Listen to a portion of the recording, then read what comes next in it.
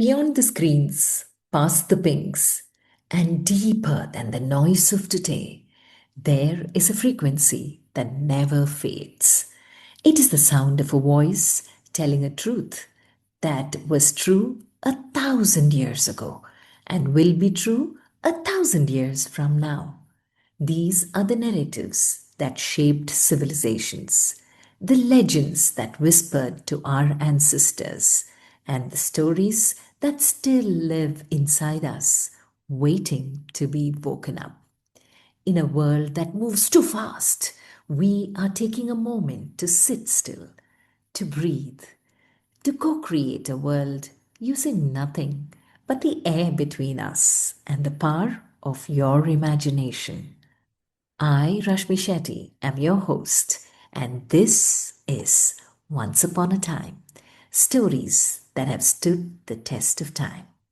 Let's begin.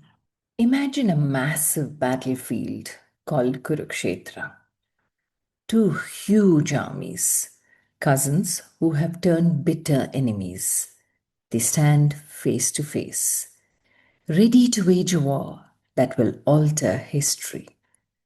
The conch cells have blown, weapons are raised, and the air is thick with tension. In the center of this impending chaos stands a single chariot. Inside the chariot is Arjuna, the world's greatest archer, and his charioteer, the wise Krishna. Arjuna asks Krishna to drive him into the no man's land between the two armies so he can look at the people he's about to fight. As he looks across the field, reality hits him like a physical blow. He doesn't just see an abstract enemy. He sees his uncles, his childhood teachers, his cousins, and old friends. Suddenly, Arjuna collapses into the seat of his chariot, overwhelmed by an intense existential crisis. He tells Krishna, I cannot fight. No good can come from killing my own cousins, my own people. Even if it wins me a kingdom, the price is too high. This is the exact moment the Bhagavad Gita, which translates as the Song of God, begins. It is a beautiful, loving conversation between a sad prince and his wise friend. This story matters even today, even though it happened a very long time ago. The Bhagavad Gita is a book that people all over the world read even today. Why? Because we all have a little battlefield inside our own mind sometimes. You might not have a bow and an arrow, but have you ever felt totally stuck? For example, when you have a big test and your tummy gets the butterflies, or when you're so angry at a friend that you don't know what to do, or when doing the right thing feels really hard. Krishna sat quietly with Arjuna and told him a few secrets that help him feel strong again. These are the secrets that you can use every single day. 1. Focus on the doing, not on the winning. By this, Krishna told Arjuna that when we worry too much about winning a trophy, getting a perfect grade, or what people will think of us, we get scared and freeze. All you need to do is just focus on doing your absolute best right now. Enjoy the drawing, practice the sport, or do the homework with love. And don't worry about the prize. Second, find your inner superpower, and that is your dharma. Krishna reminded Arjuna that he was a protector.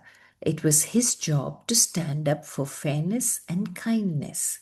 If he ran away, he wouldn't be true to who he was. We all have a special job in the moments we live in. Sometimes your job is to be helpful to anyone around you, whether as a son, a daughter, or a friend. Sometimes it is to be a kind friend to someone who's lonely. Find your job for the day and do it very proudly. Third, take a deep breath and listen inside.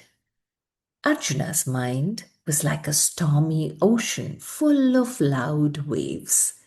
Krishna helped him calm the storm by teaching him how to breathe, understand his feelings, and find a quiet, peaceful space inside his own heart.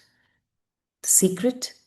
No matter how loud or scary the world gets outside, you always have a quiet, safe, and happy place inside you. You just have to pause and listen to it. By the end of their long talk, which is 18 chapters and 700 verses later, Arjuna wasn't scared anymore. He wiped away his tears, picked up his mighty bow, the Gandiva, and stood up straight. He knew exactly what he had to do, and he felt a deep peace inside. The Bhagavad Gita is such an important book because it reminds us that whenever we feel lost, sad, or confused, we don't have to run away. We just need to stop, talk to our inner wisdom, and remember that we are strong enough to face any storm. Remember, the next time you are in doubt, your Krishna is inside you. Get in touch and ask your question. Sit with your question and you'll find your answer.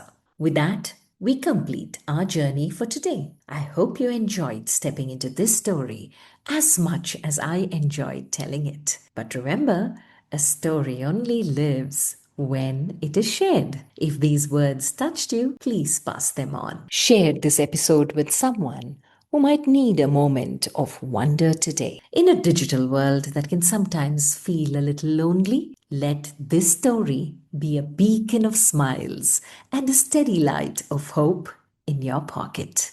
Let's catch up soon to listen to what happened once upon a time.